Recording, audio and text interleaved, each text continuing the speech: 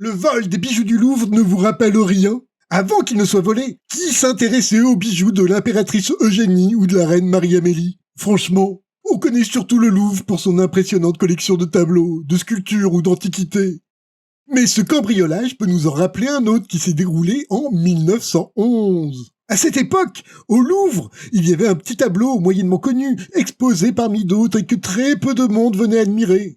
Oui, je veux parler de la Joconde de Léonard de Vinci. Regardez, elle était accrochée ici. Mais le 21 août 1911, un homme décide de la dérober. Non pas pour sa valeur, mais parce qu'elle était petite et facile à cacher sous une veste. Et c'est grâce à ce vol que la Joconde est devenue mondialement connue. Déjà à cette époque, les curieux étaient plus nombreux à contempler l'emplacement vide qu'à venir voir la Joconde quand elle était exposée. Et son succès, elle le doit surtout aux journaux de l'époque, qui la présentaient comme le plus beau portrait du monde. Sans oublier qu'il y a eu des rebondissements. Les enquêteurs soupçonnent et interrogent des personnalités comme le poète Guillaume Apollinaire ou le peintre Pablo Picasso.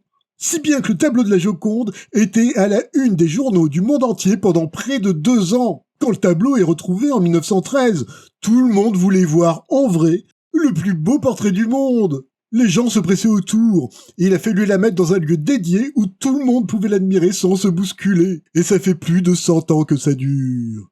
Pour les bijoux volés, s'ils sont retrouvés, il y a fort à parier que de nombreuses personnes se presseront pour les voir en vrai, comme ils se pressent actuellement pour voir un espace vide.